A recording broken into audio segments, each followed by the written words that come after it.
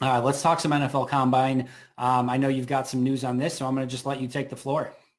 The news is there's no definitive news. I wish there was, but there's no definitive news. And there's a lot of rumors that are swirling around, which I'll go through. No invitations have been sent out yet as far as the combine is concerned. I'm hearing it could be pushed back a week until the March 8th time frame. I'm told that it's a situation where they could, if necessary, just send the players there to do medicals only. There's rumors circulating that Dr. Alan Sills, who is the chief medical officer for the NFL, is recommending that the combine be canceled altogether.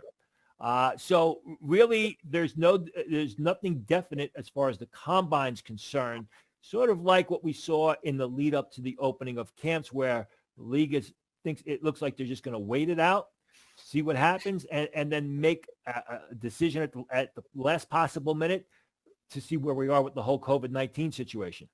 Yeah, and I think the NFL has, been very consistent with this sort of philosophy the entire way of not making any major decisions or, any final decisions on anything until they absolutely have to, which, looking back at it in hindsight, has been really the right call the entirety of the way.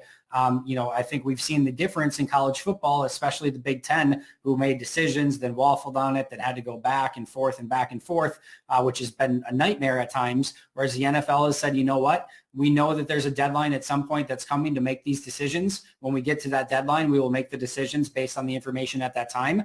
And, the no news is probably not news, because I suppose we maybe could have seen this coming based on their decisions up until this point.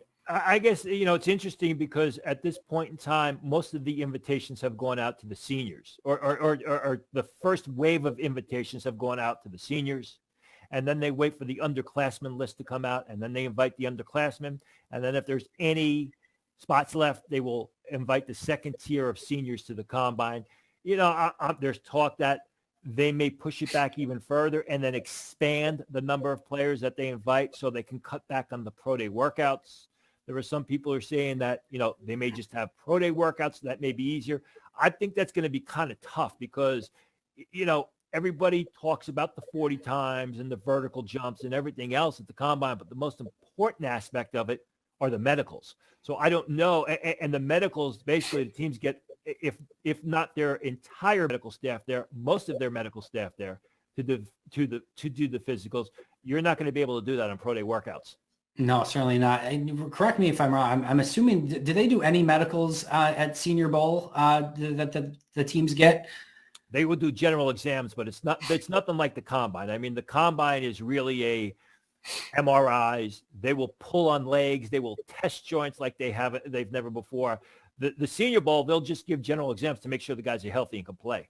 But it's nothing that, unless it's something extreme that no one knew a player had, that's going to hurt his draft stock, where that is just it could potentially help do that at the combine. Makes a lot of sense. All right. Any other news on the combine, Tony? Wish I had some positive, definitive news, but nothing as of yet.